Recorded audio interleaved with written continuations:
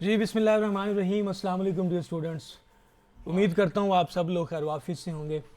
हम comparative political systems को पढ़ रहे थे और आपका जो पॉलिटिकल साइंस सीएसएस का है या पीएमएस का है, इंशाल्लाह उसके लिए ये इक्वली फ्रूटफुल होगा। और मैं कोशिश कर रहा हूँ कि आपको इन डेप्थ चीज़ें पढ़ाऊँ, टू द पॉइंट, रेलेवेंट, और उस तरीके से पढ़ाऊँ कि आप इन कॉन्सेप्ट्स को अप्लाई कर सकें। जो क्वेश्चंस आपसे पूछे जा सकें एटलीस्ट उनकी आपको अंडरस्टैंडिंग और एक बेटर कॉम्प्रीहेंशन हो सके। कल हमने पढ़ा था जी पॉलिटिकल सिस्टम ऑफ फ्रांस, जो कि एक semi presidential system of government था। ठीक है, उसमें फिर हमने एक कोहैबिटेशन का कॉन्सेप्ट भी पढ़ा था, अगर आपको याद हो। हमने कॉन्स्टिट्यूशनल काउंसिल भी पढ़ी थी, ए फ्यू पीपल रिमेंबर। ठीक है, और फिर इसके साथ साथ हमने उसके डिफरेंट कोर्ट्स भी पढ़े थे, जो उसका कोर्ट और जुडिशल सिस्टम है। ठीक है, इसके अंदर वो सिविल क्रिमिनल कोर्ट और एडमिनिस्ट्रेटिव कोर्ट्स आते हैं, राइट। आज हम पढ़ने जा रहे हैं बड़ा इम्पॉर्टेंट पॉलिटिकल सिस्टम है, और ये पॉलिटिकल सिस्टम है जी ईरान का। आपको पता है कि रिसेंट बहुत बड़ी बड़ी स्क्रिमशिज हुई, कॉन्फ्लिक्ट्स हुई, और बैटल जो हैं वो वॉर्स में बदलने वाली थी रिसेंटली मिडिल ईस्ट के अंदर। ठीक है, उसमें जो मेन स्टेक होल्डर था वो ईरान था। ठीक है, और जैसे इकबाल ने फरमाया था ना कि मैं खटकता हूँ दिल यज़दा में कांटे की तरह, तो ईरान भी दिल यज़दा में कांटे की तरह खटक रहा है उन सब लोगों को। क्योंकि ईरान जो है वो उसने कभी भी शायद कि through out history, Iranian history ऐसी रही है कि उन्होंने कभी किसी के सामने गिव अप नहीं किया। और उनके कॉन्स्टिट्यूशन का एक बड़ा इंपॉर्टेंट मोटो है कि हमने पूरी दुनिया के इंसानों को ऑपरेशन, सप्रेशन और डोमिनेशन से निकालना है। देखिए, not failure but a low aim is a crime. उन लोगों का एम देखें जी, not they are defining and confining their objective or their nasable land within the limits or the boundaries, rather they are taking the entire globe as a boundary, right। चलें, अब हम start करने वाले हैं जी political system of Iran को। इसमें मोटी मोटी चीज़ें जो कि आपके मल्टीपल चॉइस क्वेश्चंस भी बन सकते हैं, उन पे भी बात हो सकती है, और तमाम इंपॉर्टेंट चीज़ें जो इसके अंदर आपसे जो पूछी जा सकती हैं पेपर में, उसके ऊपर हम बात करेंगे, राइट जी। चलें, ईरान ऑफिशियली इसको हम क्या बोलते हैं जी, इस्लामिक रिपब्लिक ऑफ ईरान, और ये एक यूनिटरी स्टेट है। क्या? Unitary state. हमने कल फ्रांस पढ़ा था, फ्रांस भी हमारे पास क्या था जी? यूनिटरी स्टेट था। ठीक है, यूनिटरी, फेडरेशन और कॉन्फेडरेशन, ये तीन कॉन्सेप्ट्स होते हैं, ऐसे ही है ना, यूनिटरी, फेडरेशन और कॉन्फेडरेशन। ठीक है, तो यूनिटरी मैंने आपको कल बताया था कि जो सेंटर होता है ना, सेंट्रल गवर्नमेंट, सारी की सारी पावर उसी के अंदर कॉन्सेंट्रेट होती हैं, और सेंटर अपने डिस्पोजल पे जो पावर्स है ना, वो यूनिट्स को या प्रोविंसेस को या स्टेट्स को अपनी स्वाबदीद पे उनको डेलीगेट करता है या उनको डिवॉल्व करता है। कॉन्स्टिट्यूशनली वो पावर डिवॉल्व नहीं होती यूनिट्स तक या प्रोविंसेस तक, ठीक है, लेकिन ये अपनी स्वाबदीद पे उनको पावर्स देता है। फेडरेशन के अंदर क्या होता है कि आपके प्रोविंसेस की या यूनिट्स की ऑटोनॉमी होती है, और यूनिट्स तक जो पावर जाती है वो कॉन्स्टिट्यूशनली डिवॉल्व होती है, वो सेंटर की स्वाबदीद पे नहीं होती। अंडरस्टैंड, ये बेसिक डिफरेंस है। ओके, ये यूनिटरी स्टेट का हमें कॉन्सेप्ट क्लियर हुआ। तो आपको पता है कि इस्लामिक रिपब्लिक ऑफ ईरान जो है वो 1979 के अंदर जो इस्लामिक रेवोल्यूशन आया था, जिसको लीड कर रहे थे आयतुल्लाह ख़मैनी, ठीक है, जो कि उनकी एक बहुत बड़ी दरसगाह है कुम के अंदर, वहाँ पे एक टीचर थे, वहाँ पे एक उस्ताद थे। और इससे कबल जो कौन उसको लीड कर रहा था जी? रज़ा शाह पहलवी। फिर उसके बाद उसका अहमद शाह पहलवी, उसका बेटा जो था। तो ये भी this was a kind of dynasty, और इन लोगों को एज ए पपेट यूज़ करके, इनको एज ए ऑटोक्रेट्स बिठा के, जो वेस्टर्न डोमिनेशन है वो यहाँ पे कंट्रोल कर रही थी हर चीज़ को। मैं आपको बड़े मज़े की बात बताऊं कि उस टाइम का जो ईरान था, उसके अंदर क्लब्स के बाहर लिखा होता था कि Iranians and dogs are not allowed to enter. This kind of situation was ongoing there. फिर 1953 में जब एक थोड़ा सा वहाँ पे बेहतरी आई, डेमोक्रेटिक वैल्यूज़ आने लगी, मोहम्मद मुस्ताक जो प्राइम मिनिस्टर इलेक्ट हुए थे, उसकी गवर्नमेंट को टॉपल कर दिया गया। ठीक है, फिर ईरान के साथ रेलेवेंट है एक वाइट रेवोल्यूशन। अगर पूछ लेना वाइट रेवोल्यूशन किसके साथ, किस कंट्री के साथ रेलेवेंट है, तो वो ईरान के साथ रेलेवेंट है, ठीक है, जिसके साथ जुड़ा हुआ है। आगे चलें जी। तो ये एक मोनार्की थी जिसको 1979 में आयतुल्लाह ख़मैनी ने जो है ना वो क्या किया था, ओवरथ्रो किया था, टॉपल किया था, राइट जी। उसके बाद जी हमारे पास एक थियोक्रेटिक रिपब्लिकन हाइब्रिड सिस्टम है। क्या जी? Theocratic republican hybrid system. अब थियोक्रेटिक कैसे है? थियोक्रेटिक इस तरह से है कि मतलब मुकम्मल मजहबी, क्योंकि वहाँ पे सुप्रीम लीडर जो है वो हर चीज़ को कंट्रोल कर रहा होता है। अब रिपब्लिकन कैसे है? रिपब्लिकन इस तरह है कि हमने कहा था कि हेड ऑफ स्टेट को इलेक्ट किया जाता है, अब वहाँ पे प्रेसिडेंट को इलेक्ट किया जाता है, इसलिए ये this is was a kind of hybrid system, theocratic और republican hybrid system. All right जी, which combines the elements of Islamic theocracy and republic democracy. All right जी, फिर आपको पता है कि इसका कॉन्स्टिट्यूशन 1979 में आया, उसको अमेंड किया 1989 में, और ये सुप्रीमेसी को जो है ना प्रमोट करता है किसकी? विलायत फ़कीह की, ठीक है, गार्डियनशिप ऑफ द ज्यूरिस्ट, क्योंकि जो अहले तशय्युअ हैं उनके यहाँ जो ज्यूरिस्प्रूडेंस चलती है वो फ़िक़्ह जाफ़री है, उनके मुताबिक उनका रिलीजियस कॉन्सेप्ट है विलायत फ़कीह का, मतलब एक जो ज्यूरिस्ट है उसी ने उन लोगों को क्या करना है? लीड करना है, और सारे लोग मिन व अन उसको फॉलो करते हैं। ठीक है जी, चलें अब हम चल के इसका देखते हैं जी थोड़ा सा कॉन्स्टिट्यूशनल फ्रेमवर्क, उसका जो आइन है, जो दस्तूर है, इसको बेसिकली इन्होंने अडॉप्ट किया था 1979 में इस्लामिक रिपब्लिक ऑफ ईरान। ठीक है, और उसके बाद इसको अमेंड किया था 1989 में। 1989 में जब इसको अमेंड किया तो प्राइम मिनिस्टर की जो सीट थी उसको क्या कर दिया? उसके ऑफिस को एबॉलिश कर दिया। टर्की के अंदर कब इसको एबॉलिश किया गया था प्राइम मिनिस्टर के सिस्टम में? हाँ यस, ज़बरदस्त, 2017 के अंदर, राइट जी। Okay, based on Islamic principle, ये फ़िक़्ह जाफ़रिया को वो लोग फॉलो करते हैं। ठीक है, तो अब ये एक ईरान एक इस्लामिक पॉपुलर और इंडिविजिबल रिपब्लिक है, राइट। और सोवरेनिटी बिलोंग्स टू अल्लाह, वो ये कहते हैं sovereignty over the entire world as well as sovereignty over the entire human beings that belongs to solely Allah सुब्हानहू व तआला। ठीक है, और पीपल उसको एक्सरसाइज करते हैं अंडर डिवाइन गाइडेंस, राइट। और फिर इसके बाद इसमें एक ड्यूअल लेजिटिमेसी है, एक डिवाइन लेजिटिमेसी है जो कि सुप्रीम लीडर उसको लीड कर रहा होता है, और दूसरी पॉपुलर लेजिटिमेसी है, मतलब कि डेमोक्रेटिक एक वैल्यू भी तो है ना उनके यहाँ, जो प्रेसिडेंट को क्या करते हैं वो इलेक्ट करते हैं। ठीक है, और पार्लियामेंट भी उनकी इलेक्ट होती है सर्टनली, अंडरस्टैंड। तो ये ड्यूलिस्टिक नेचर को आपको, ये डायकोटमी को आप लोगों ने याद रखना है, डिवाइन लेजिटिमेसी और पॉपुलर लेजिटिमेसी, राइट जी। अब हम इसकी स्ट्रक्चर ऑफ गवर्नमेंट को पढ़ते हैं। इसकी स्ट्रक्चर ऑफ गवर्नमेंट क्या है? इसमें सबसे इंपॉर्टेंट जो मेन स्टेक होल्डर है वो सुप्रीम लीडर होता है, जिसको रहबर बोलते हैं। ठीक है जी, ये मोस्ट पावरफुल अथॉरिटी है इस्लामिक रिपब्लिक ऑफ ईरान में, और ये जो ऑक्यूपाई करता है पोजीशन वो विलायत फ़कीह है। ठीक हो, और आजकल जो है आयतुल्ला ख़मेनी है, राइट, और खामनाई। ठीक है जी, अब इसकी पावर्स क्या हैं? ये कमांडर इन चीफ होता है तमाम आर्म्ड फोर्सेस का। हमने पाकिस्तान में पढ़ा था कि कमांडर इन चीफ कौन होता है आर्म्ड फोर्सेस का? प्रेसिडेंट। कल हमने फ्रांस पढ़ा था, फ्रांस में भी कमांडर इन चीफ कौन होता है जी? ज़बरदस्त। और यही जो है सुप्रीम लीडर जो है ये उनकी जुडिशरी के हेड्स को अपॉइंट करता है। ठीक है, मीडिया के चीफ्स को करता है, टॉप क्लरिक्स को, और गार्डियन काउंसिल के मेंबर्स को। गार्डियन काउंसिल पे आगे जाके बात होगी, इसका बड़ा कलीदी किरदार है पूरे के पूरे ईरान के पॉलिटिकल सिस्टम के अंदर, राइट जी। और ये control foreign policy and defence को भी यही देखते हैं जी सुप्रीम लीडर, और he can dismiss president as well, right, ये प्रेसिडेंट को भी डिसमिस कर सकते हैं। तो ये एक्चुअल और अल्टीमेट डिसीजन मेकर हैं जी किसमें? इस्लामिक रिपब्लिक ऑफ ईरान के अंदर। अब हम देखते हैं जी सुप्रीम लीडर बनने के लिए क्राइटेरिया क्या होना चाहिए, जो बंदा वो चूज़ करते हैं उस बंदे की मतलब की खासियत क्या है, उसमें खसूसियात क्या हैं जनाब। सबसे पहले तो ये है कि वो रिलीजियस ज्यूरिस्ट होता है, एक पूरा मंझा हुआ फ़कीह होता है जो कि उनकी फ़िक्र को मुकम्मल तौर पे जानता है, उसके ऊपर उसकी पूरी ग्रिप होती है। ठीक है, और बड़ा वेल वर्स्ड होता है इस्लामिक लॉ के अंदर, और जो भी मौजूदा दौर के मुताबिक जो इश्यूज़ जो इवॉल्व हो रहे होते हैं उनके ऊपर उसकी बड़ी कड़ी नज़र होती है। उसके साथ साथ जस्ट, पाइस और करेजियस होना बहुत ज़रूरी है। ठीक है, उनके कॉन्स्टिट्यूशन के मुताबिक आपने देखा है कि दे नेवर एवर बो बिफोर एनी डोमिनेटिंग पावर।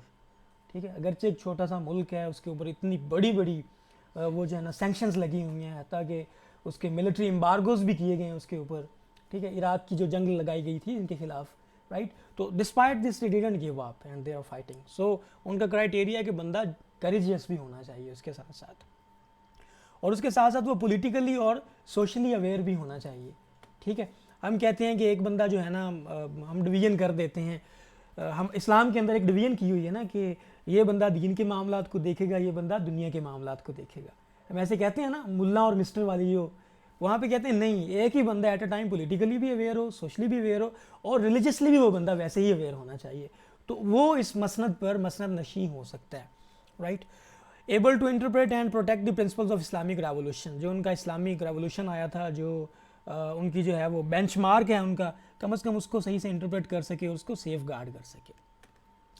अब उसको इलेक्ट कैसे किया जाता है, ये तो क्राइटेरियंस थे ना सारे कि इस बंदे के अंदर ये होना चाहिए। अब इसमें यह है कि एक असम्बली ऑफ एक्सपर्ट्स होती है, ठीक है जी, जिसको हम मजलिस खबरगान बोलते हैं। क्या?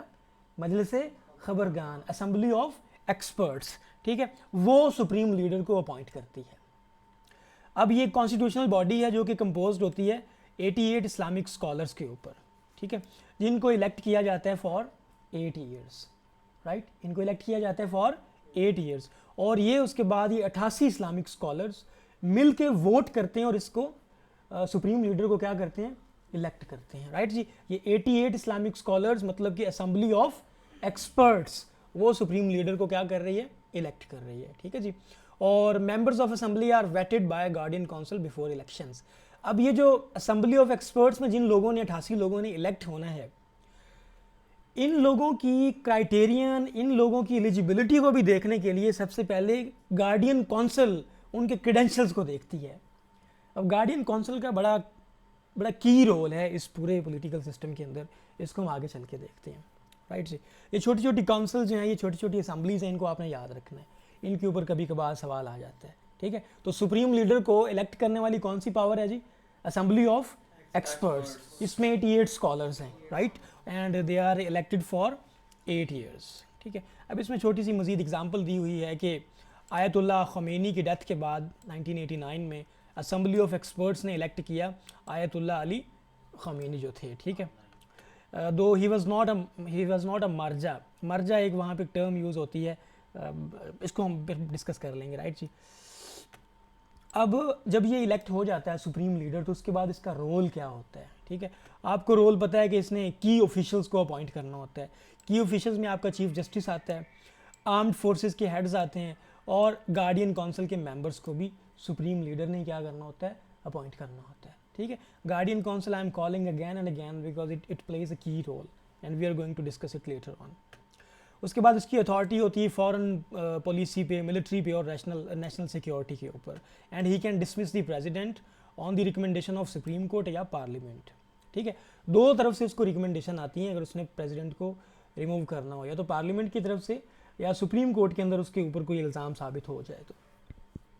ये इसकी इम्पीचमेंट हम आगे देखेंगे जब हम प्रेसिडेंट को डिस्कस कर रहे होंगे, ठीक है। यहाँ पे इम्पीचमेंट नहीं होती, एक और लफ्ज़ यूज़ होता है, we would discuss it later. अब एग्जेक्टिव जो है हमारे पास, एग्जेक्टिव में जनाब प्रेसिडेंट ऑफ ईरान बड़ा इंपॉर्टेंट है, वेरी इंपॉर्टेंट। तो जो ईरान का प्रेसिडेंट है उसको इलेक्ट किया जाता है कितने साल के लिए, 4 ईयर्स के लिए। फ्रांस के प्रेसिडेंट को कितनी देर के लिए इलेक्ट करते थे, 5 ईयर्स के लिए, ठीक है। उनकी नेशनल असेंबली को भी 5 ईयर्स के लिए इलेक्ट करते थे, ठीक है जी। और president of Iran is elected by direct vote, ठीक है जी, डायरेक्ट वोट से आता है, और he can not run for more than 2 consecutive terms, right. और he heads the governments and appoints ministers, वो गवर्नमेंट को हेड कर रहा होता है और डिफरेंट मिनिस्टर्स को जो है ना वो क्या करता है, अपॉइंट करता है with the approval of parliament. फिर इसके अलावा इकॉनमी को देखते हैं, एजुकेशन को देखते हैं, एडमिनिस्ट्रेशन को देखते हैं, और डिफरेंट लॉज की इम्प्लीमेंटेशन को देखते हैं। और याद रखिए कि he can never ever override supreme leaders decisions. Supreme leader जो उनका वली फ़कीह है उसके डिसीजंस को कभी भी ओवरराइड जो है वो प्रेसिडेंट नहीं कर सकता, ठीक है जी। उसके बाद ये लीड कर रहा होता है काउंसिल ऑफ मिनिस्टर्स को, जो उनकी कैबिनेट है। कल हमने चाइना का सिस्टम पढ़ा था, उसमें हमने स्टेट काउंसिल कहा था। फिर हमने फ्रांस का सिस्टम पढ़ा, उसमें इस कैबिनेट को क्या बोलते थे, वहाँ पे भी काउंसिल ऑफ मिनिस्टर्स ही ना, ठीक है। तो यहाँ पे भी इनकी काबीना को भी काउंसिल ऑफ मिनिस्टर्स ही बोलते हैं, और इन काउंसिल ऑफ मिनिस्टर को प्रेसिडेंट ही लीड कर रहा होता है, राइट जी। प्रेसिडेंशियल सिस्टम है किनका, ईरान का, definitely presidential system, prime minister नहीं होता, प्राइम मिनिस्टर नहीं होता इनका, ठीक है। और ये अपॉइंटेड बाय 1989 में मैंने आपको बताया तो है ना, उसकी सीट को एबॉलिश कर दिया था उन्होंने, ठीक है। तो ये सारे के सारे मिनिस्टर जो हैं ये they are appointed by president, ठीक हो गया, लेकिन उनको सुपरवाइज पार्लियामेंट करती है, अंडरस्टैंड, उनकी अकाउंटेबिलिटी करना और बाकी सारे काम। अब प्रेसिडेंट इलेक्ट कैसे होता है, इसका मेथड ऑफ इलेक्शन क्या है। कल हमने फ्रांस का प्रेसिडेंशियल सिस्टम जब पढ़ा था, उसमें हमने कहा था कि 2 राउंड सिस्टम होता है। अगर पहले राउंड में कोई कैंडिडेट 50% प्लस वोट ना हासिल कर सके तो वो सेकंड राउंड में जाते हैं। सेकंड राउंड में वही 2 बंदे जाते हैं जिनके सबसे ज़्यादा वोट्स हों। यहाँ पे भी बिल्कुल ऐसे ही है। President is directly elected by the people through universal adult suffrage. Election is held by secret ballot. The term of office is 4 years and president में सर्व ओनली 2 consecutive terms। अब ये जो भी इलेक्शन हो रहा होता है प्रेसिडेंट का, उसको जो सुपरवाइज कर रहा होता है ना, वो गार्डियन काउंसिल होती है। हमने पढ़ा था फ्रांस में सारे इलेक्शंस को देख रही होती है कॉन्स्टिट्यूशनल काउंसिल, राइट, और उनके लॉज को भी इंटरप्रेट या रिव्यू वही कर रही होती है। अब यहाँ पे गार्डियन काउंसिल का रोल क्या है। इससे पहले कि इलेक्शन कंडक्ट हों तो जो कैंडिडेट्स जिन्होंने ये रेस लड़नी होती है प्रेसिडेंट की, उनकी स्क्रीनिंग और उनको अप्रूव, उनके नामों को अप्रूव गार्डियन काउंसिल करती है। समझ आ गई बात की। जैसे आप यहाँ पे पाकिस्तान में आप में किसी की अपॉइंटमेंट होनी हो गवर्नमेंट की पोस्ट पे, तो स्पेशल ब्रांच जाके आपको आपकी वेटिंग करती है। अभी कुछ साल पहले आपके CSS के लिए भी इन्होंने स्पेशल वेटिंग एजेंसी बनाई थी, SVA, स्पेशल वेटिंग एजेंसी, कि जो कैंडिडेट्स आपकी CSS में आएंगे उनको स्पेशल वेट करने के लिए एजेंसी है, ठीक है। तो ये स्क्रीनिंग करते हैं जी इन कैंडिडेट्स को जो प्रेसिडेंट के लिए आ रहे होते हैं। गार्डियन काउंसिल जो है ना, वो उसको क्या कर रही होती है जी, देख रही होती है, ठीक है जी। ओके, आगे ये है जी, the council has the power to reject any candidate it considers unfit. उनको लगे कि यार ये कैंडिडेट जो है ये फ्यूचर के अंदर मतलब कि सूटेबल नहीं हो सकता प्रेसिडेंशियलशिप को संभालने के लिए, तो गार्डियन काउंसिल ये कहती है कि जनाब इसको यहीं से ही माइनस कर दो, इसको इस रेस के अंदर ही ना आने दो, ठीक है। तो डोमिनेंस है इसकी। जैसे चाइना के अंदर किसकी डोमिनेंस थी, कम्युनिस्ट पार्टी ऑफ चाइना की, राइट जी। ओके, आगे हम चलते हैं जी, थोड़ा सा इसका इलेक्शन प्रोसीजर देखते हैं जी। प्रेसिडेंट का इलेक्शन प्रोसीजर ये है जी, president must receive an absolute majority over 50% of valid votes. अगर कोई कैंडिडेट फर्स्ट राउंड में ये ऑब्टेन ना करे तो राउंड ऑफ होता है, सेकंड राउंड होता है बिटवीन 2 टॉप कैंडिडेट्स। फिर जो ज़्यादा वोट्स ले जाए तो फिर उसको फाइनली कर दिया जाता है। तो आजकल कौन प्रेसिडेंट है जी 2025 में, अक्टूबर 2025 में? मसूद पेज़ेश्कियान। इससे कबल कौन थे? इब्राहिम रईसी। अब मुझे ये बताएं कि जो joint comprehensive plan of action हुआ था JCPO5, उसमें कौन प्रेसिडेंट था ईरान का? उसमें हसन रूहानी प्रेसिडेंट था, और चूंकि US के साथ हुआ था तो उस वक्त US के प्रेसिडेंट थे बराक ओबामा, और 13 के अंदर 2013 में। फिर किसने आके JCPO5 को एबॉलिश किया था? डोनाल्ड ट्रंप ने आगे इस डील को ख़त्म किया था, ठीक है जी। इसको आप लोगों ने पढ़ लेना है JCPO5 को। ओके, अब हम देखने जा रहे हैं जनाब रिमूवल या रिज़ाइन जो है वो प्रेसिडेंट का कैसे हो सकता है। वो आपको पता है कि उसको इम्पीच किया जाता है ना पार्लियामेंट के ज़रिए, ठीक हो गया, अगर वो कोई कॉन्स्टिट्यूशनल ड्यूटीज़ की कोई वायलेशन करे, ठीक है। और supreme leader can also dismiss the president upon recommendation of the supreme court. Supreme court भी अगर मतलब कि वहाँ पे कोई ट्रायल ऐसा चल रहा हो या ऐसा इल्ज़ाम साबित हो जाए सुप्रीम कोर्ट में, तो जो सुप्रीम लीडर है ही कैन डिसमिस किसे? प्रेसिडेंट को। जो इनका सुप्रीम लीडर है उसको डिसमिस नहीं किया जा सकता, या सुप्रीम लीडर है उसका भी अकाउंटेबिलिटी होती है, इस पर भी हम इंशाल्लाह बात करते हैं आगे चल के। लाइफ टाइम होता है? हाँ जी, वो होता है, बिल्कुल बिल्कुल ऐसे ही है। आगे चलें जी, इंटरपेलेशन ऑफ द प्रेसिडेंट। क्या जी? इंटरपेलेशन ऑफ द प्रेसिडेंट, इसलिए हम बात करते हैं इंशाल्लाह, जो आपने भी सवाल किया है ना सुप्रीम लीडर पे। अब यहाँ पे बोलते हैं इंटरपेलेशन, इसको वो इम्पीचमेंट का लफ्ज़ नहीं बोलते। अब 2 तरीके हैं जी प्रेसिडेंट को इम्पीच किया जाए, सॉरी यहाँ पे इसका तो एक ही तरीका है, वैसे मिनिस्टर्स को भी इंडिविजुअली इम्पीच किया जा सकता है या हटाया जा सकता है। अब सबसे पहले प्रेसिडेंट की इम्पीचमेंट या इंटरपेलेशन देखते हैं। द मजलिस has also right to question the president regarding the performance of executive branch. जो मजलिस है उनकी इस्लामिक कंसल्टेटिव असेंबली है, उसको ये हक हासिल है कि प्रेसिडेंट की परफॉर्मेंस के ऊपर वो क्वेश्चन करे, right. If at least 1/4 of the members demand it, अगर 1/4 मेंबर इस्लामिक कंसल्टेटिव असेंबली के, उसकी उनकी तादाद कितनी थी? 290 थे ना, ठीक है, अभी हम, हाँ सॉरी, हमने आगे चल के पढ़ना है इसको। अगर वो 1/4 वोट कर दें, डिमांड कर लें कि जनाब ये होना चाहिए, मुआवजा होना चाहिए, तो वो रेजोल्यूशन जो है ना उसको मूव करवा दिया जाता है, राइट। तो फिर प्रेसिडेंट जो होता है उसको जनाब पूरी मजलिस के सामने विद इन अ मंथ पेश होना होता है, ठीक हो गया। अगर 1/4 ने ये कह दिया, जैसे पाकिस्तान में आर्टिकल 95 के ज़रिए वोट ऑफ नो कॉन्फिडेंस लाने के लिए कम से कम 20% लोग जो है ना वो वोट करें, उसको इंडोर्स करें, फिर उसको इनिशिएट किया जाता है। इधर 1/4 है, राइट जी। After questioning, if 2/3 of the total members of Majlis vote that the president is incompetent, the matter is referred to the supreme leader who has the final authority to dismiss किसे, president को, ठीक है। अगर 2/3 majority ने कह दिया कि वाकई ये बंदा ही इनकॉम्पिटेंट है यार, इससे तो काम ही नहीं हो रहा, तो फिर फाइनली उसको क्या कर दिया जाएगा, डिसमिस कर दिया जाएगा। वैसे ये तारीख में ऐसा कभी हुआ नहीं उनकी तारीख में, right, but still there is a way, ठीक है जी। अब इंटरपेलेशन ऑफ मिनिस्टर्स भी हो सकती है। अगर उन बंदों को किसी मिनिस्टर की परफॉर्मेंस के ऊपर कोई इस तरह के शकूक व शुबहात हैं, ठीक है, तो वो क्या करेंगे, एटलीस्ट 10 मेंबर्स जो है ना मजलिस के, वो जनाब क्या करेंगे, वो कहेंगे जी इसको बुलाया जाए, इसकी अकाउंटेबिलिटी की जाए, ठीक हो गया। तो मिनिस्टर लाजमी अपीयर होता है असम्बली के सामने, ठीक है। अगर एक्सप्लेनेशन के बाद अगर वो लोग सेटिस्फाई नहीं होते, ठीक है, और उनमें से मेजोरिटी वोट कर दें मिनिस्टर के खिलाफ, तो मिनिस्टर भी डिसमिस हो जाता है। अब इसमें मेजोरिटी अगर वोट कर दें, 2/3 is not a condition, understand जी, ये बात क्लियर हो गई। अब हम जी जी, मिनिस्ट्री से रिजाइन करते हैं, मतलब उसको डिसमिस कर, हाँ जी, मिनिस्ट्री से उसको जो डिसमिस कर दिया, काउंसिल ऑफ मिनिस्टर से उसको डिसमिस कर दिया जाता है। मेंबर पार्लियामेंट का रहता है, वो प्रेसिडेंशियल सिस्टम है ना चूंकि, तो अगर वो मेंबर है तो जो है वो उसकी मेंबरशिप जो है ना दैट कैन बी क्वेश्चन, लेकिन मिनिस्ट्री उसकी फ़ौरन ख़त्म हो जाएगी।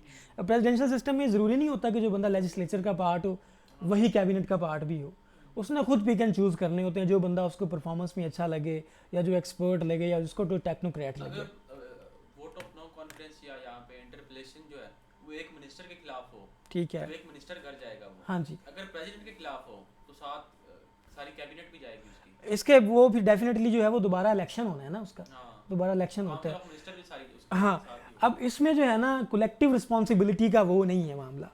जैसे आप ब्रिटेन का पढ़ेंगे तो वहाँ पे कैबिनेट की जो है ना वो कलेक्टिव रिस्पॉन्सिबिलिटी होती है।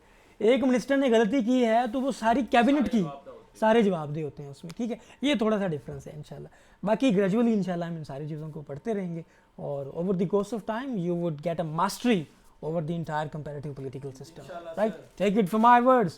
So dear guys, are you ready for that? Yes sir, Okay, that's all right. Okay जी, अब हम मजलिस से उनकी लेजिस्लेचर को या मजलिस को डिस्कस करने जा रहे हैं। ये यूनिकैमरल है, क्या है जी, यूनिकैमरल, एक ही हाउस है उसमें, उसको बोलते हैं इस्लामिक कंसल्टेटिव असेंबली। इसमें 290 मेंबर्स हैं और उनको डायरेक्टली इलेक्ट किया जाता है फॉर 4 ईयर्स, ठीक है। इनका फंक्शन ये है कि लॉज पास करते हैं, बजट अप्रूव करते हैं, मिनिस्टर्स को क्वेश्चन कर सकते हैं, हत्ता कि प्रेसिडेंट को भी क्वेश्चन करते हैं। अभी ये बात हमने पढ़ी है ना, ठीक है, इंटरपेलेशन कर लें। लेकिन लॉज जो हैं they must be approved by guardian council. जितने भी लॉज इन्होंने पास करने हैं वो गार्डियन काउंसिल से पास होंगे तो होंगे, एक्चुअली उनका वो इनेक्ट होंगे या इन्फोर्स होंगे, अदरवाइज वो उनको कंसिडर नहीं किया जाएगा। अब इसकी कॉम्पोजिशन देख लें जी। ये मजलिस जो है ये 219 मेंबर्स पे मुश्तमिल है, 4 साल के लिए इनको चुना जाता है, ठीक है, और इनको डायरेक्टली इलेक्ट किया जाता है यूनिवर्सल सफरेज के ज़रिए, सीक्रेट बैलेट होता है। Okay, a few seats are reserve for religious minorities, क्योंकि वहाँ पे क्रिश्चियंस भी मौजूद हैं, ज्यूज़ भी, ज़ोरोएस्ट्रियंस भी वहाँ पे मौजूद हैं, तो इसलिए उनके लिए सीट्स जो हैं वो रिजर्व की जाती हैं। जैसे पाकिस्तान की नेशनल असम्बली में 10 सीट्स रिजर्व हैं, किसके लिए, माइनॉरिटीज़ के लिए, ठीक है। वो जो है ना वो इलेक्शन लड़े बगैर वहाँ पे उन सीट्स को आके क्या करते हैं, ऑक्यूपाई करते हैं, राइट। अब जो आपकी इस्लामिक कंसल्टेटिव असेंबली है इसका रिलेशन बाकी इंस्टीट्यूशंस के साथ क्या है वो मैं आपको बताने वाला हूँ, वो बड़ा इंपॉर्टेंट है। Supreme leader has over riding authority and can dissolve the Majlis under exceptional circumstances, ठीक है जी। सुप्रीम लीडर प्रेसिडेंट को भी हटा सकता है और इस पूरी मजलिस को भी हटा सकता है। Guardian council checks the conformity of the bills with Islamic and constitutional principles. अब इस्लामिक कंसल्टेटिव असेंबली का काम ये था ना कि बिल्स को अप्रूव करे, लॉज को अप्रूव करे, लेकिन उन लॉज को भी क्रॉस चेक किया जाएगा किसके ज़रिए, गार्डियन काउंसिल के ज़रिए, ठीक हो गया। तो फिर उसके बाद उसको क्या किया जाएगा, फाइनली अप्रूव किया जाएगा। क्या आप ये नहीं समझते कि कभी कभार कॉन्फ्लिक्ट भी पैदा हो सकता है? इस्लामिक कंसल्टेटिव असेंबली कहे नहीं यार ये क्या बात है जो हमने कहा है, this is fact, guardian council कहे नहीं ये फैक्ट है, तो फिर इसका हल क्या होगा? इसका हल भी है, आगे चल के देखते हैं, डोंट वरी, इसको भी हम डिस्कस करते हैं, ठीक है जी। राय वसीम आप थक तो नहीं गए हैं? नहीं sir, I am very okay okay, that's great. अच्छा आगे है जी एक्सपीडियंसी काउंसिल। क्या जी? Expediency council. अब इसका काम ये है कि अगर मजलिस और गार्डियन काउंसिल के दरमियान कोई बहुत बड़ा डिस्प्यूट और कॉन्फ्लिक्ट खड़ा हो जाए तो उसको रिजॉल्व, उसके ऊपर जो फाइनल से होगा वो एक्सपीडियंसी काउंसिल का होगा। समझ आ गई बात की? देखिए हमने सुप्रीम लीडर को पढ़ा था, उसमें असेंबली ऑफ एक्सपर्ट्स पढ़ी थी, उसके बाद इस्लामिक कंसल्टेटिव असेंबली पढ़ी, ठीक है, उसका रिलेशन गार्डियन काउंसिल के साथ पढ़ा, और इन दोनों के दरमियान कोई फ़र्क आ जाए, डिस्प्यूट आ जाए, तो उसको हल करने के लिए एक्सपीडियंसी काउंसिल आती इसका है। वर्डिक्ट फाइनल होगा। इसका वर्डिक्ट फाइनल होता है, ठीक हो गया। ये जो कहेगी वो हर्फ आखिर होगा, that would be the last word, इसके ठीक है जी। मेंबर इस पे बात करते हैं, आप बेफिक्र हो जाएं, ठीक है। Don't cross the bridge before you come to it, ठीक है जी, हम इंशाल्लाह करते हैं उसको, डोंट वरी। आप सब लोगों के क्वेश्चंस बड़े लीगल हैं, लेकिन चूंकि मैं सारी चीज़ें एक टाइम पे बता दूं तो आप ओवरडोज हो सकते हैं, समझ रहे बात की? इस वजह से चीज़ों को आहिस्ता आहिस्ता बताता हूँ आपको। आपके सवाल लीगल है, मैं उस पर शाबाश। ओके जी, हम आगे चल के देखते हैं जी, गार्डियन काउंसिल को देखते हैं। शाबाश, बहुत अच्छे बच्चे हैं आप सारे लोग। गार्डियन काउंसिल आगे जी। Guardian council is one of the most powerful constitutional bodies in the Islamic republic of Iran. इस पे बार बार मैं जोर दे रहा था ना। It acts as a watchdog. अब इसने ओवरसी करना है बोथ लेजिस्लेशन को और इलेक्शंस को। तो इस्लामिक कंसल्टेटिव असेंबली जो लेजिस्लेशन पास करेगी उसको भी इसने लुक आफ्टर करना है, ऑब्जर्व करना है, सुपरवाइज करना है। और जो इलेक्शंस होने हैं, चाहे प्रेसिडेंट के इलेक्शन हो, चाहे उन मेंबर्स के इलेक्शंस हो जो इस्लामिक कंसल्टेटिव असेंबली में आ रहे हैं, उनको सुपरवाइज किसने करना है? गार्डियन काउंसिल ने करना है, ठीक हो गया। अब आपको पता था कि प्रेसिडेंट के लिए जो कैंडिडेट आ रहे थे उनकी वेटिंग और फाइनल उनकी चेकिंग भी कौन कर रहे थे? गार्डियन काउंसिल ही कर रही थी कि ये बंदा कल को स्टेट को नुकसान ना पहुंचा दे, इसलिए इसको कैंडिडेसी में शामिल ही ना होने दो। अंडरस्टैंड? आगे चलें जी। ओके जी, इसमें बेसिकली 12 लोग होते हैं गार्डियन काउंसिल के अंदर। कितने? 12 लोग होते हैं। 6 लोग होते हैं ज्यूरिस्ट, जो फ़कीह होते हैं, जो फ़िक को जानते हैं, शरीफ फ़िक को जानते हैं, ठीक है, फ़िक्का जाफरिया को, और ये कंपैरेटिव ही सारी फ़िक को जानते होते हैं, हनफी, शाफी, हम्बली, सारी चीज़ों को, ठीक है। तो 6 वो ज्यूरिस्ट होते हैं, ठीक हो गया। और इनको डायरेक्टली जो है सुप्रीम लीडर अपॉइंट करता है। कौन करता है जी? सुप्रीम लीडर अपॉइंट करता है 6 फ़कीह को, 6 ज्यूरिस्ट को। गार्डियन काउंसिल में टोटल कितने मेंबर्स हैं? 12, ठीक है। 6 को सुप्रीम लीडर कर रहा है अपॉइंट, और 6 लीगल एक्सपर्ट्स होते हैं जो कानून को जानते हैं, ठीक है, और पॉलिटिकल अफेयर्स को जानते हैं, बाकी सारी चीज़ों को जानते हैं। और उनको जनाब कौन नॉमिनेट कर रहा होता है? Head of judiciary. कौन जी? हेड ऑफ जुडिशरी या चीफ ऑफ जुडिशरी। अंडरस्टैंड? और ये जो हेड ऑफ जुडिशरी होता है इसको कौन अपॉइंट करता है? Supreme leader of the Islamic republic of Iran, ठीक है। और फिर फाइनली इसको अप्रूव करती है Islamic consultative assembly. Guardian council में कितने मेंबर्स थे? 12। 6 को सुप्रीम लीडर ने किया और 6 को जनाब किसने किया? हेड ऑफ जुडिशरी ने किया, ठीक है। और उसको अप्रूव फाइनली करती है पार्लियामेंट उनके। ओके, अब गार्डियन काउंसिल ये कहती है कि review laws passed by the parliament. सारे लॉज को रिव्यू करते हैं ना यही लोग, ठीक है। और उसके बाद screen and approve candidates for elections. Approve करते हैं ना कि ये बंदा प्रेसिडेंट की कैंडिडेसी में आए, ये ना आए, ठीक है, ये पार्लियामेंट की कैंडिडेसी में आए, ये ना आए, ठीक है, उसको भी ये लुक आफ्टर कर लीजिए।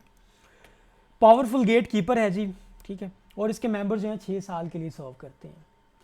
असेंबली ऑफ एक्सपर्ट्स में 88 लोग थे। कितने साल के लिए हो रहे थे? 8 साल। ऐसे ही याद रखना है। अब इसमें 12 लोग हैं, 6-6 की डिवीजन की, तो ये कितने साल के लिए हो रहे हैं? 6 साल के लिए हो रहे हैं, ठीक है जी। समझ आ गई बात की? नहीं, मैं आपको नींद आ रही है, क्या हो गया है आपको? नहीं सर, ओके ओके, चलें कोई बात नहीं, शाबाश। ओके जी, अब इसकी फंक्शंस एंड पावर्स हैं जी। वंस अगेन मैं आपको थोड़ा थोड़ा बता देता हूँ। गार्डियन काउंसिल ने सारे लॉज को रिव्यू करना होता है, सारे बिल्स को रिव्यू करना होता है। मोटा मोटा बता रहा हूँ आपको। कोई भी लॉ इनकन्सिस्टेंट होगा शरिया के खिलाफ, शरिया के साथ, तो उसको उठा के वो कहेंगे डिस्कार्ड कर देंगे, इसमें अमेंडमेंट लेके आए प्रॉपर, ठीक है। कोई भी लॉ अप्रूव नहीं हो सकता विदाउट काउंसिल्स अप्रूवल। अब इलेक्टोरल सुपरविजन भी इन्होंने करनी है। प्रेसिडेंट का इलेक्शन हो रहा है, मजलिस का इलेक्शन हो रहा है, असेंबली ऑफ एक्सपर्ट्स इलेक्ट हो रहे हैं, उसको सुपरवाइज कौन करता है जी? गार्डियन काउंसिल जी, ठीक है जी, गार्डियन काउंसिल देख रही है। अब इंटरप्रिटेशन अगर करनी हो कॉन्स्टिट्यूशन की, उसको भी कौन करेगा? गार्डियन काउंसिल करेगी, ठीक है, समझ आ गई। अब हम जा रहे हैं जी असेंबली ऑफ एक्सपर्ट्स के ऊपर। आप में से किसी बंदे ने ये सवाल किया था, असेंबली ऑफ एक्सपर्ट्स में ना मजलिस खबरगान रहबर, जो सुप्रीम लीडर को ये वेरी वेल डन, ज़बरदस्त, जो सुप्रीम लीडर को करती है। अब इसमें देखेंगे ये कहाँ से आते हैं, where do they come from? Iran. हाँ ज़बरदस्त, शाबाश। ओके जी, असेंबली ऑफ एक्सपर्ट्स इनको बोलते हैं मजलिस खबरगान रहबर, ठीक है। बहुत शरारती बच्चे हैं, हाजिर दिमाग भी हैं आप, मुझे खुशी है इस बात की। Okay, assembly of experts is one of the most influential constitutional bodies in the Iran. Its crucial role in selection and supervision of the supreme leader, ठीक है, who is the highest authority in Islamic republic of Iran. Assembly of experts में कितने लोग हैं जी, बताएं आप लोग? 88 लोग हैं, ठीक है। इसमें इस्लामिक स्कॉलर्स होते हैं और ज्यूरिस्ट होते हैं। इनको डायरेक्टली इलेक्ट किया जाता है 8 साल के लिए, लेकिन बिफोर इलेक्शंस कैंडिडेट्स, इसके कैंडिडेट्स भी, उनकी भी क्रॉस चेकिंग की जाती है। कौन करता है जी? गार्डियन काउंसिल करती है, ठीक है जी। अब पता चला गार्डियन काउंसिल कितनी मजबूत है, ठीक है, मतलब असल किला कायम है गया तो गार्डियन काउंसिल का कायम है। समझ आ गई बात की? एग्जैक्टली वेरी वेल डन, ठीक है जी। इसमें हम इसके थोड़े से फंक्शंस देख लेते हैं। अब इसके फंक्शन ये हैं कि election of the supreme leader, ठीक है, तो इसने इलेक्ट करना होता है सुप्रीम लीडर को, ये इसकी ज़्यादा इंपॉर्टेंट बात है। बाकी आप चीज़ों को इसमें खुद से सुपरफिशियल इसका ओवरव्यू देख लीजिएगा। अब आप में से कोई पूछ रहा था कि सर सुप्रीम लीडर को भी डिसमिस किया जा सकता है? बड़ा लीगल और बड़ा वैलिड क्वेश्चन था। मैं उस टाइम भी जवाब इसका दे सकता था, लेकिन मैंने कहा नहीं, हर काम के लिए एक वक्त होता है और हर वक्त के लिए एक काम होता है। ये जुमला लिख लें सारे लोग, ये वासिफ अली वासिफ साहब का जुमला है, जो भी क्लास होगी उसमें वासिफ साहब का जिक्र लाजमी आएगा इंशाल्लाह। हर काम के लिए एक वक्त होता है और हर वक्त के लिए एक काम होता है। समझ आ गई बात की? चले आगे चलते हैं। जब dismissal of the supreme leader, students आज इधर इधर इधर इधर come up buckle up please, no mischief. If the supreme leader fails to meet qualifications या डिविएट कर जाए इस्लामिक प्रिंसिपल से, तो assembly of experts has the constitutional authority to dismiss him. 88 जो इस्लामिक स्कॉलर्स बैठे हैं वो उसको क्या कर सकते हैं? डिसमिस। लेकिन थ्रू आउट हिस्ट्री ऐसा कभी नहीं हुआ, लेकिन फिर भी कहीं ना कहीं गुंजाइश तो मौजूद है ना। एक बंदा ऑल इन ऑल तो नहीं हो सकता ना, ठीक है, उसको भी वेटिंग करने के लिए बहुत सारे लोग मौजूद हैं, ठीक है। ओके, अब हम आ गए हैं जी, यहाँ तक हमारी एग्जेक्टिव पूरी हो गई है, इसकी लेजिस्लेचर भी पूरा हो गया है, ठीक है जी। अब हम देखने जा रहे हैं जी जुडिशरी को, अदलिया को हम देखने जा रहे हैं, ठीक है। ऐसे अदलिया का काम क्या होता है, इसको एक जुमले में कौन बताएगा? Interpretation of law, very well done. और क्या कहेंगे? To safeguard the constitution, very well done. They are the guardians of the constitution. क्या जी? They are called the guardians of the constitution, right. Okay, judiciary in Iran is one of the 3 branches of the government alongside executive legislature, supervised courts. Guardian council के 6 member कौन करता था nominate, और 6 कौन करता था? जुडिशरी कर रही होती थी, head of the chief justice. Exactly, ठीक हो गया। और ये सारी की सारी वर्क करती है अंडर फिका जाफरिया या जाफरिया ज्यूरिस्प्रूडेंस, ठीक है। तो इसको हम अब देखते हैं थोड़ा सा मजीद, थोड़ा इसकी इंटीग्रिटीज को खोलते हैं, आप बेफिक्र हो जाएं, अपने परेशान नहीं होना। अब इसका हेड ऑफ जुडिशरी कौन है? The judiciary is headed by chief of the judiciary. कौन जी? चीफ। जैसे चाइना के अंदर कौन था? प्रेसिडेंट था, इधर चीफ ऑफ जुडिशरी होगा, जिसको अपॉइंट कौन करता है बताएं आप लोग? Supreme leader. Very well done. कितने साल के लिए जी? 5 साल के लिए। इनकी इस्लामिक कंसल्टेटिव असेंबली कितनी देर के लिए है? 4 साल के लिए। सुप्रीम लीडर कितनी देर के लिए है? Life time. और प्रेसिडेंट कितनी देर के लिए है? 5 साल। प्रेसिडेंट 4 साल के लिए। खुदा के बंदो कितनी देर के लिए होता है? आपको पता है कि ईरान और यूएस की बड़ी टसल है। यूएस का प्रेसिडेंट कितनी देर के लिए आता है? 4 साल। तो ईरान का प्रेसिडेंट भी 4 साल के लिए। ये थोड़ा सा निमोनिक्स है आपके लिए, निमोनिक्स के थ्रू आप चीज़ों को याद कर सकते हैं। ओके जी, इसका जो हेड ऑफ जुडिशरी होता है, चीफ ऑफ जुडिशरी, ये हेड ऑफ सुप्रीम कोर्ट होता है। और ये क्या करता है जनाब? ये अपॉइंट करता है, ये चीफ होता है सारी जुडिशरी का। ये आपके सुप्रीम कोर्ट के हेड को भी अपॉइंट करता है और प्रोसिक्यूटर जनरल को भी। किसको जी? Prosecutor general. आप में से कोई बंदा बता सकता है पॉलिटिकल साइंस के आप स्टूडेंट्स हैं, अटॉर्नी जनरल कौन होता है जी? अटॉर्नी जनरल जो फेडरल गवर्नमेंट का लॉयर होता है। वेरी वेल डन, बिल्कुल ठीक है। या उसका फेडरल गवर्नमेंट को रिप्रेजेंट करता है कोर्ट्स के अंदर। कोर्ट्स के अंदर के जब खिलाफ होता है तो on the behalf of government वो रिप्रेजेंट करता है। Very well done. कौन सा आर्टिकल डील करता है आपके 1973 का कॉन्स्टिट्यूशन?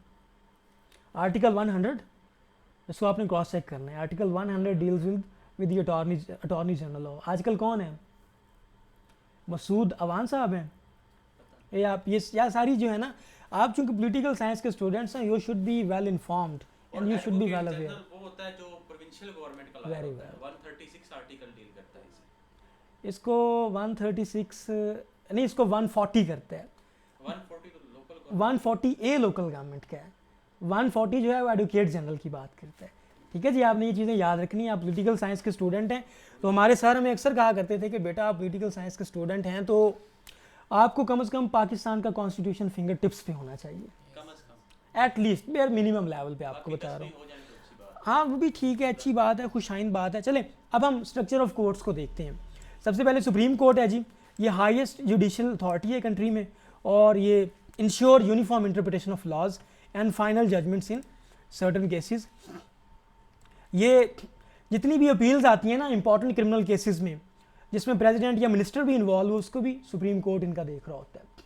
हमने कहा था ना कि सुप्रीम कोर्ट की तरफ से रिकमेंडेशन चली जाए सुप्रीम लीडर को कि प्रेसिडेंट ठीक नहीं है, करप्ट है, तब भी वो उसको डिसमिस कर देगा। तो इसका भी बड़ा की रोल है, इसमें आपने याद रखना है।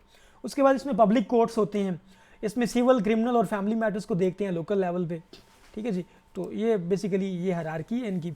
फिर इनके रेवोल्यूशनरी कोर्ट्स भी हैं। आपको पता है कि रेवोल्यूशन के बाद इस्लामिक रिपब्लिक ऑफ ईरान बना था ना, तो ऐसे ऑफेंस या ऐसे ऑफेंडर्स जो कि नेशनल सॉवरेनिटी के लिए ख़तरा होंगे, उनके ट्रायल्स किए जाएंगे कहाँ पे? रेवोल्यूशनरी कोर्ट्स के अंदर। जैसे पीएलपी जैसे लोग वहाँ भी पाए जाते हैं। टीटीपी जैसे लोग वहाँ पे भी पाए जाते हैं। ठीक है, PLP चलें आपकी ओपिनियन हो सकती है डिफरेंट। ठीक है, डेमोक्रेटिक वैल्यूज़ हैं, उनको हम प्रमोट करते हैं। जैसे आपको पता है कि नेशनल एक्शन प्लान के बाद आपके मिलिट्री कोर्ट्स बने थे, यस सर, अंडरस्टैंड?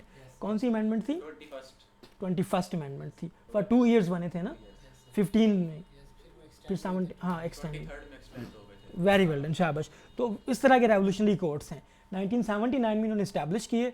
इन्होंने कहा कि वो ऑफेंस जो नेशनल सिक्योरिटी या पॉलिटिकल क्राइम से रेलिवेंट होगा उसको जनाब हम रेवोल्यूशनरी कोर्ट्स के अंदर देखेंगे, अंडरस्टैंड? फिर कुछ स्पेशल कोर्ट्स भी होते हैं जनाब जो नॉर्मल जुडिशरी से अलग हटके होते हैं। जैसे आपकी कुछ स्पेशल स्टैंडिंग कमेटीज़ भी होती हैं ना, वो स्पेशल चीज़ों को देखती हैं। वैसे कोर्ट्स भी होते हैं वुमेन के लिए, को ट्रांसपोर्ट का कोर्ट, को मैरीटाइम का कोर्ट हो गया, टेररिज्म का कोर्ट हो गया। करप्शन की होती है। वेरी वेल डन, बहुत अच्छे, शाबाश, बहुत अच्छे काबिल बंदे हैं आप सब लोग। ओके जी, आगे है जी एडमिनिस्ट्रेटिव जस्टिस कोर्ट। ये कंप्लेंट सुनता है जी गवर्नमेंट ऑफिशियल्स और एडमिनिस्ट्रेटर के खिलाफ। ठीक है जी, और इसका गार्डियन रोल है जी। गार्डियन रोल इसका क्या है जी? The judiciary also ensures that law confirms the Islamic principles. ठीक है, और ये इंडिपेंडेंट है जी। जो जुडिशरी है इधर क्या है जी? इंडिपेंडेंट। ठीक है, कहीं ना कहीं सुप्रीम लीडर तो फिर डेफिनेटली उनको लुक आफ्टर कर ही रहा है, लेकिन बहुत हद तक क्या होती है जी? ये इंडिपेंडेंट है। अब हम लास्ट में पढ़ने जा रहे हैं जी एक्सपीडियंसी काउंसिल। आपको मैंने बताया था ना कि गार्डियन काउंसिल जो फाइनल देखती है कि लॉ ठीक है कि नहीं है।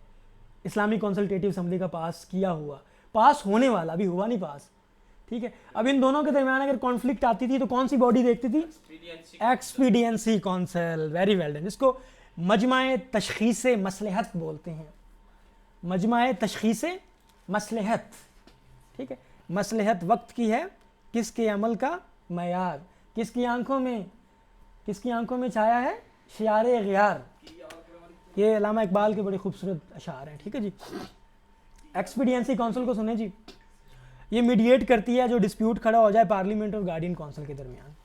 ठीक है, और ये सुप्रीम लीडर को भी एडवाइस करती है मेजर पॉलिसी इश्यूज़ के ऊपर, राइट जी। ये एज ए ब्रिज काम करती है between democratic and theocratic organs. As a bridge है ना, एक साइड पे गार्डियन काउंसिल है, थियोक्रेटिक बॉडी है, एक साइड पे पार्लियामेंट है, डेमोक्रेटिक बॉडी है, उनके दरमियान एक्सपीडियंसी काउंसिल खड़ी है। तो ब्रिज है जनाब, ठीक है, दो चीज़ों के दरमियान बैलेंसेस। ये बैलेंस करती है रिलीजियस अथॉरिटी को और पॉपुलर विल को। बात की समझ आई कि नहीं आई? समझ बताएं ज़रा। अब इसकी थोड़ी सी कॉम्पोजिशन देखें, उसके बाद इसको सम अप करने वाले हैं, बेफिक्र हो जाए। इसके मेंबर्स डायरेक्ट अपॉइंट होते हैं किसके थ्रू? सुप्रीम लीडर के थ्रू, ठीक है, एक्सपीडियंसी काउंसिल के 5 साल के लिए, ठीक है। और इसमें गवर्नमेंट ऑफिशियल्स भी होते हैं, इसमें प्रेसिडेंट भी हो सकता है, स्पीकर ऑफ पार्लियामेंट भी हो सकता है, चीफ ऑफ जुडिशरी भी होता है, इसमें सीनियर क्लर्क्स भी आ जाते हैं, पॉलिटिकल फिगर्स भी आती हैं, एक्सपर्ट्स भी आ जाते हैं, एडवाइजर्स भी आ जाते हैं, टेक्नोक्रेट्स भी आ जाते हैं, वट एवर जो भी उनको बंदा चोटी का दिखाई दे उसको कहीं, हाँ जी आपको रिप्रेजेंटेशन देते हैं, ठीक है। मतलब इंटेलेक्चुअल्स की कदरों कीमत का अंदाज़ा तो फिर इस तरह से लगाया जाता है ना, समझ आ गई बात की। अब जी इसके थोड़े से फंक्शन देख लें जी। ये रिजॉल्व करती है लेजिस्लेटिव डिस्प्यूट्स को, किस किस के दरमियान? आईसीए और guardian council, very well, Islamic consultative assembly और गार्डियन काउंसिल के दरमियान, ठीक हो गया। अगर कोई मसला खड़ा हो गया तो क्या करना है जी इसने? When the guardian council rejects a law passed by parliament on the ground of un-Islamic या unconstitutional content, the parliament insist on it, parliament कहे नहीं हमने ऐसे ही करना है इसको, तो फिर बीच में आता है dispute is refer to expediency council and the council gives the final decision that is binding. आपने पूछा था कि इसका डिसीजन फिर बाइंडिंग होता है जी, इसका डिसीजन क्या होता है जी? बाइंडिंग होता है जी सारे के ऊपर, ठीक है। फिर ये सुप्रीम लीडर को की एडवाइजरी बॉडी भी है ना, सुप्रीम लीडर ही इनको अपॉइंट कर रहा होता है।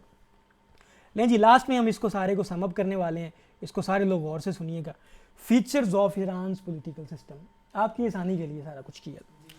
ईरान एक थियोक्रेटिक रिपब्लिक हाइब्रिड है, वो आपको पता चल गया कैसे है। सुप्रीमेसी है सुप्रीम लीडर की, विलायती फकीर, अथॉरिटेटिव पावर्स है। गार्डियन काउंसिल का रोल बड़ा प्रोमिनेंट है। डेमोक्रेसी है लेकिन लिमिटेड है, ठीक है जी। इस्लामिक आइडियोलॉजी है उनकी, फिक को फॉलो करते हैं, fusion of religion and politics, लेकिन क्लर्जी डोमिनेट्स पॉलिटिक्स, ठीक है।